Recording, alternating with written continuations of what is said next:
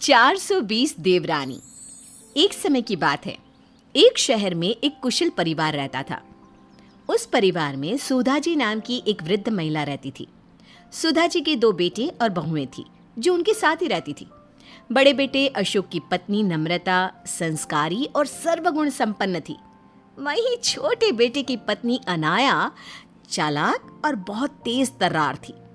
एक बार की बात है, सुधा जी और बहू नम्रता मिलकर बहुत सारे लड्डू बनाकर रसोई में रख देते हैं। बहू, मैं जरा मिश्रा जी के यहाँ काम से जा रही हूँ, तुम लड्डू को थोड़ी देर बाद डब्बे में रख देना। ये बोलकर सुधा जी बाहर चली जाती है। नम्रता अपने बेटे की आवाज सुन उसे देखने चली जाती है। तभी अनाया रसोई में आती है। शुद्ध घी के लड्डू देख उसके मुंह में पानी आ जाता है और एक लड्डू खा लेती है। इतने स्वादिष्ट लड्डू मैंने कभी नहीं खाए। एक काम करती हूँ, सारे लड्डू डिब्बे में रख लेती हूँ और एक प्लेट में ही छोड़ दूंगी, जिससे किसी को मुझ पर शक भी नहीं होगा और मैं लड्डू आराम से खा पाऊंगी। वो लड्डू की प्लेट उठाकर एक डिब्बे में भरकर चुपके से अपने कमरे में ले जाती है और प्लेट में एक लड्डू वहीं छोड़ देती है। अपने कमरे में जाकर अनाया पेट भर लड्डू खाती है। पेट भर जाने पर वो लड्डू के डिब्बे को छुपा देती है। नम्रता अपने बेटे कार्तिक को सुला रही थी, तभी सुधा जी घर आ जाती हैं। नम्रता, अरे ओ नम्रता। नम्रता सास की आवाज़ सुनकर भागी हुई आती है। जी माँ जी, बुलाया आपने?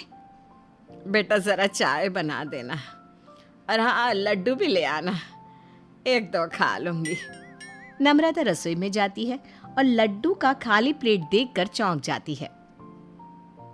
लड्डू कहाँ गए?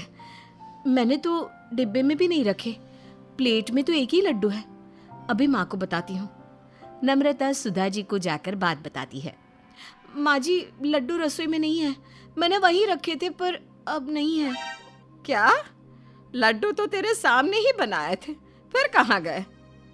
पता नहीं माँ जी, कार्तिक रो रहा था तो मैं कार्तिक के पास चली गई। उसे सुलाकर अभी आपकी आवाज़ सुनकर आ रही हूँ। सुधा जी रसोई में जाती है। अनाया लड्डू से भरा हुआ मुंह जल्दी जल्दी साफ करती है और रसोई में आती है। क्या हुआ मम्मी जी, आप गुस्से में क्यों हो? बहू, यहाँ लड्डू की प्लेट रखी थी, अब देखो इसमें एक भी लड्डू नहीं। पता नहीं कौन खा गया, शुद्ध घी के लड्डू थे। तभी अशोक और राहुल भी आ जाते हैं और रसोई से बातों की आवाज़ को देख दोनों रसोई की ओर जाते हैं। अशोक अपनी माँ से मजाकिया लहजे में कहता है, क्या हुआ माँ, किस गहन विषय पर चिंतन चल रहा है? अरे देखो ना बेटा, शुद्ध घी के लड्डू बनाए थे, पता नहीं कौन खा गया, अब इसमें एक भी नहीं है। आपकी बाहर जाने के बाद तो नम्रता दीदी ही थी ना रसोई में, शायद कहीं उन्होंने ही। अनाया, ये क्या बोल रही हो तुम? मैं कार्तिक के पास थी।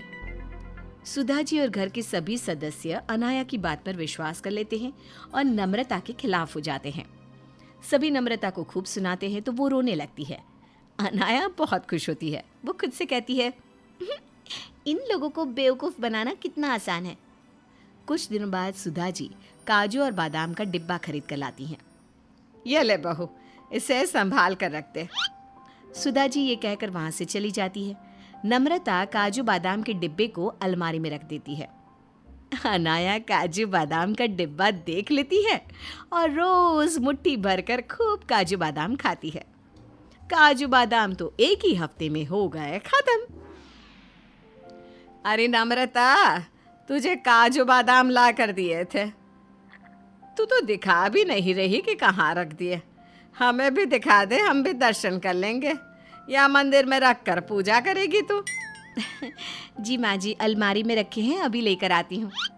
ये बोलकर नम्रता रसोई में जाती है और काजू बादाम का डिब्बा निकालती है, पर डिब्बे में काजू बादाम तो ना के बराबर थे। ये देखकर नम्रता चौंक जाती है और रोने लगती है। नम्रता के रोने की आवाज़ सुन सुधा जी और घर के सभी सदस्य रसोई में आते हैं।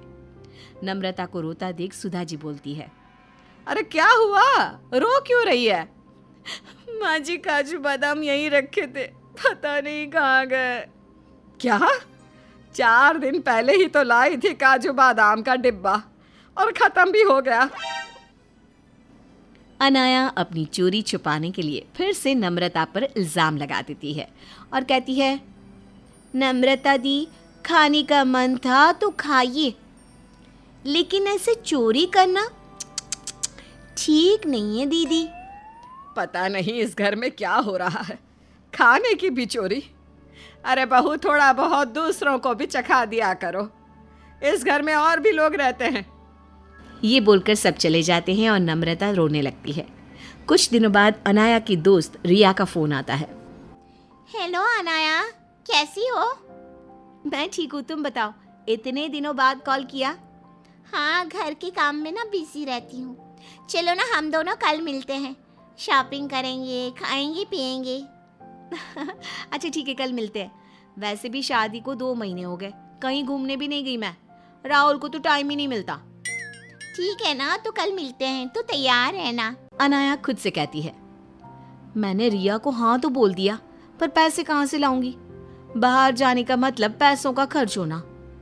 अब अनाया पैसों के जुगाड़ में लगी है। वो सुधा जी के कमरे से गुजरती है, तभी अशोक सुधा जी को 10,000 देते हुए कहता है, ये लीजिए माँ, पूरे 10,000 है। अब रात होते ही अनाया सुधा जी के कमरे में जाती है और 10,000 की गड्डी चोरी कर लेती है।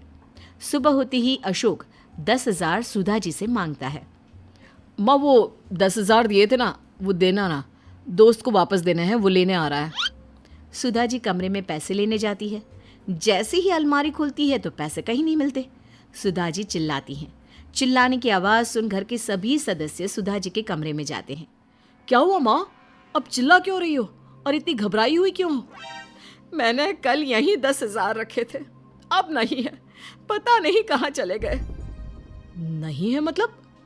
माँ, वो पैसे मेरे दोस्त के थे, अब वो आने वाला है, मैं कहाँ से ला कर दूंगा उसे? कहीं ये काम बाहर के किसी आदमी का तो नहीं, लेकिन हमारे घर में तो कोई आता भी नहीं।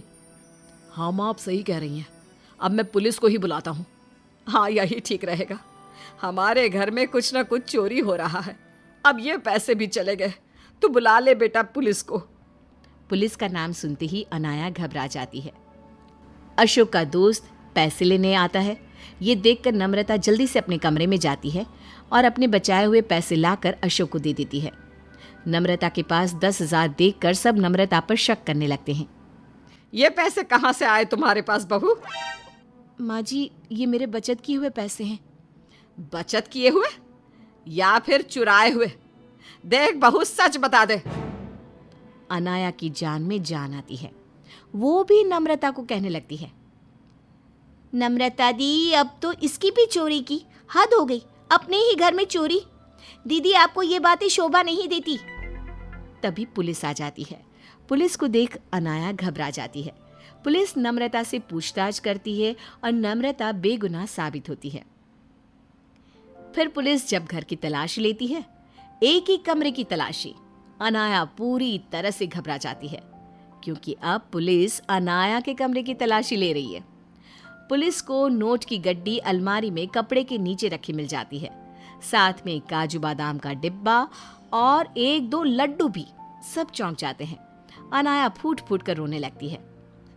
माफ कर दीजिए, मुझसे गलती हो गई, माफ कर दीजिए। सब कुछ तुमने चुराया और मेरी बहू नम्रता को दोषी बनाया। अनाया रोने लगती है और नम्रता से भी माफी मांगती है। कोई बात नहीं अनाया, तुम्हें इस घर में चोरी करने की जरूरत नहीं है। तुम्हें कुछ भी चाहिए तो तुम हम सबसे कह सकती हो। तुम्हारी एक गलती ने तुम्हें कितनी बड़ी मुसीबत में डाल दिया था। मैं आप सबसे माफी मांगती हूँ, आगे से ऐसा कभी नहीं करूँगी। नम्रता अनाया को गले लगा लेती है और सुधा जी नम्रता से माफी मांगती है। हाँ, नम्रता सबको माफ कर देती है।